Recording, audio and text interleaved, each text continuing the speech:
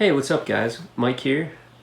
Today's video I thought I'd do a quick Jeep tour showcasing my Wrangler. This is my 2012 Jeep Wrangler. It's a two-door in bright silver metallic. It's usually garage kept. Usually don't park it outside, but so it's still in good shape. For 2012, I only have 28,000 miles on it. It's pretty much stock. I mean, I added a couple little things here and there, like the light brow painted to match, LED headlights, QualityTech brand. I changed the turn signal lenses over to the OEM clear ones off the later JKs. The previous owner, I've had this Jeep for 4 years. The previous owner installed this grill insert. It's a really high quality grill insert. It's hard. I mean, it doesn't even press in when you press on it. I really like that. It also has the color matched bumper cover, and I installed QualityTech LED fog lights. The LED lights really make a difference. I mean, the stock lights were garbage in my opinion. But, coming around the side here, it's pretty much stock. I mean, it has the WeatherTech visors. Every car or vehicle I've had, I have to have them. It's nice to crack your windows. I added the Mopar running boards. Just fills it in a little bit better. It just looked like something was missing when nothing was there. The wheel and tire package I got it from QualityTech also. That's the 17x8 Hard Rock Rubicon clone wheels. They're a little more deeper dish than the stock Hard Rock wheels. Other than that, they look pretty much the same. I've always been a fan of them. The tires are Mickey Thompson AT Sports 285 70 17s. They're pretty good tires. I have no complaints about them. They're not really that noisy. I mean, it's a Jeep, so it is what it is, really. Yeah, it's got the Mopar gas door. The hardtop's painted to match, but it's not stock. It didn't come that way. The previous owner actually had it painted to match. So, and it's held up pretty good.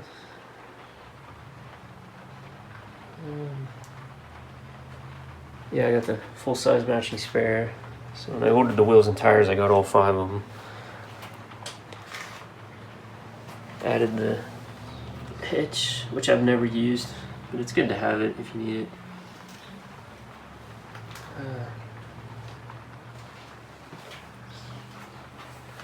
I'll open it up, give you a look inside.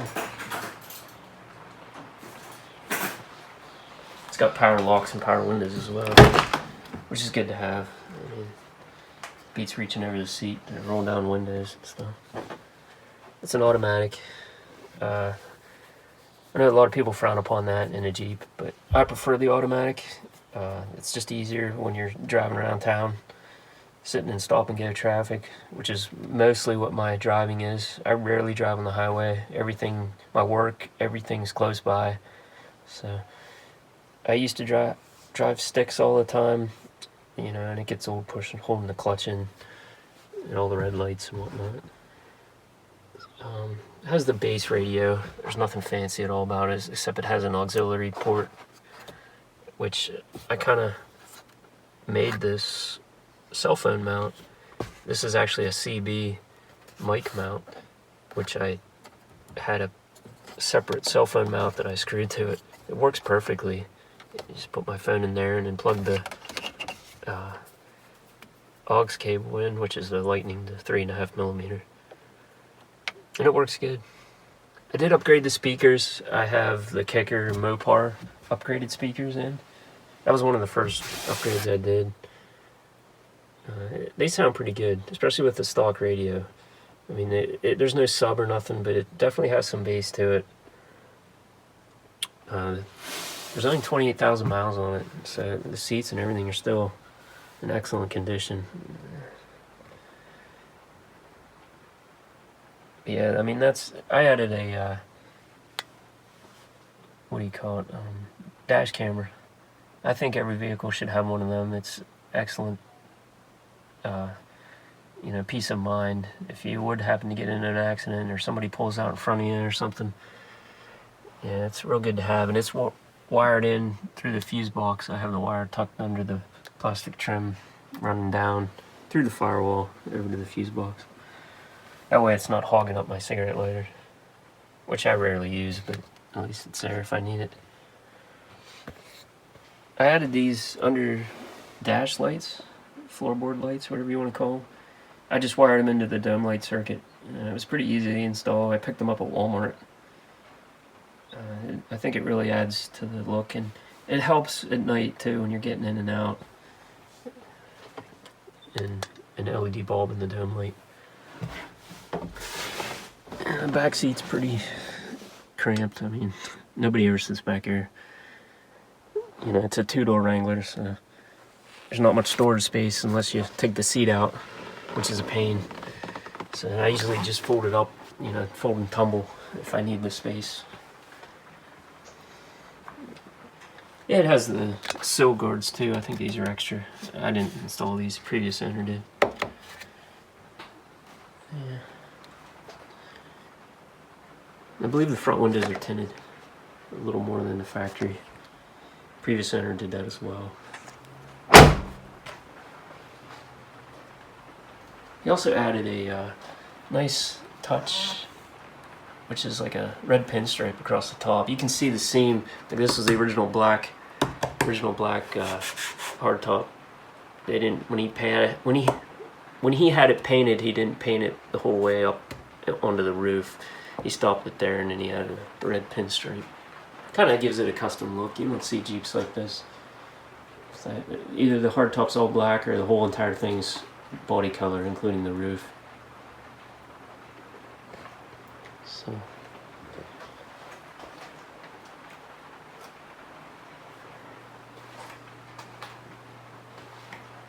I did change the shocks. I added Quadratec Hydro shocks and the Terraflex leveling kit.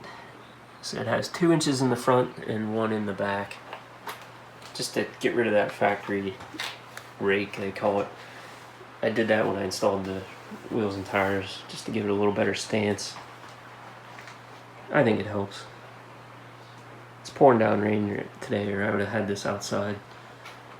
But get a decent look at it.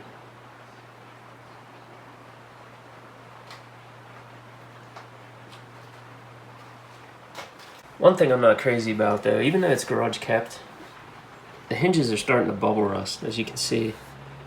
They're in the center of the hinge there, like right here. And lower on around the cylinder part there. Kind of bummed out about that. I mean, there's nothing I can do. I mean, it's a common Jeep problem.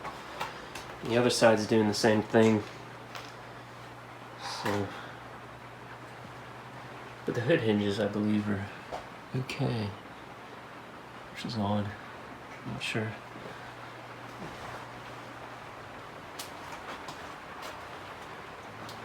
Speaking of gas mileage, it's absolutely terrible. I mean, they're rated to get 17 in the city, 21 highway. I've never seen anything close to 17. I get like unlucky in the summertime if I can get 13 and a half. Wintertime, it's even worse. It's like 11. But like I said, it all depends on your driving style. I mainly drive in the city, stop and go traffic. There's a lot of hills and bridges and stuff in my hometown that, all affect the gas mileage, make it pretty poor.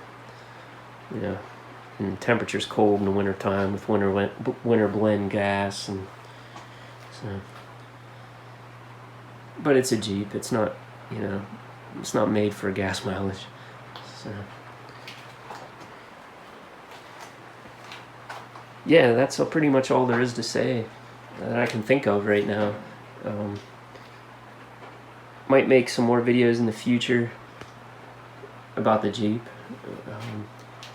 Leave any comments or questions in the section below. Feel free to subscribe and like this video, and I'll see you next time. Thanks for watching.